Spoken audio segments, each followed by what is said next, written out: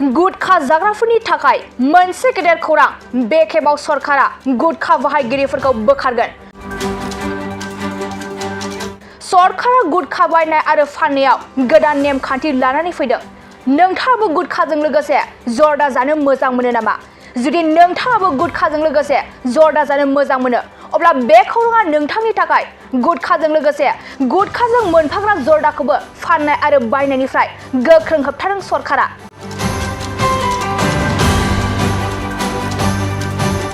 नंगौ, गुटखाजों लोगोसे नोंथाङा जर्दा पेकेटखौ लागायनानै जानो मोननाय नंला।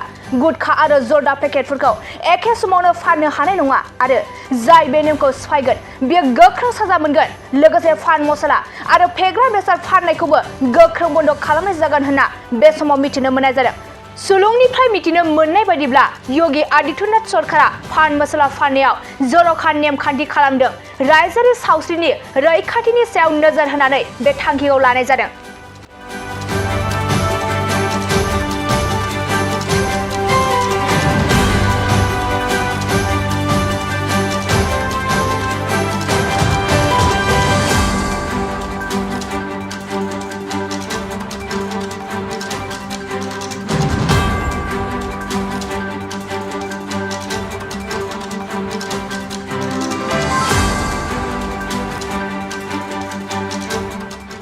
एक्सेलेन्ट एकाडेमि बागानपारायाव 11 थाखोनि मुं थिसननाया सोलिगासिनो दं।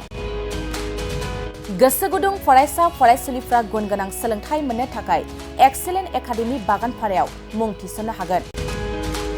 बाक्सा जिल्लानि बागानपारा सारियालिनि सानजा फारसे थांनाय लामानि साखाथियाव दं एक्सेलेन्ट एकाडेमि बागानपारा।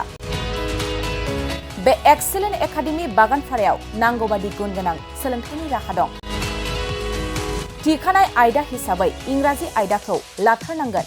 बेजों लोगोसे एसामिस, बड', हिन्दी, नेपाली, अल्टारनेटिभ इंलिश सायख'नानै लानो हागोन आरो पलिटिकेल साइन्स, इडुकेसन, एडभान्स एसामिस, एडभान्स बड', लजिक एन्ड फिलसफि, इकनमिक्स, जिअग्राफि, एन्थ्रपलजि बायदि आयदाखौ सायख'नानै लानो हागोन।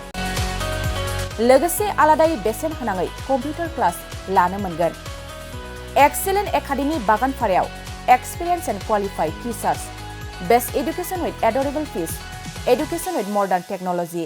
The admission fees charge would be considered for below poverty line and brilliant students. Hostel facilities for boys and girls बायदि।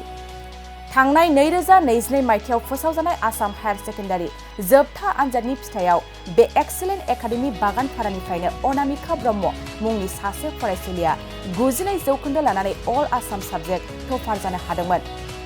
लोगोसे बोहैथि बोसोर 2024 मायथाइनि थाखाय एक्सेलेन्ट एकाडेमि बागानपारायाव गोसो गुदुं फरायसाफ्रा मुं थिसननो थाखाय फरायसालियाव फैनानै फर्मखौ लांफैनो हासिगोन आरो मुं थिसननो हासिगोन।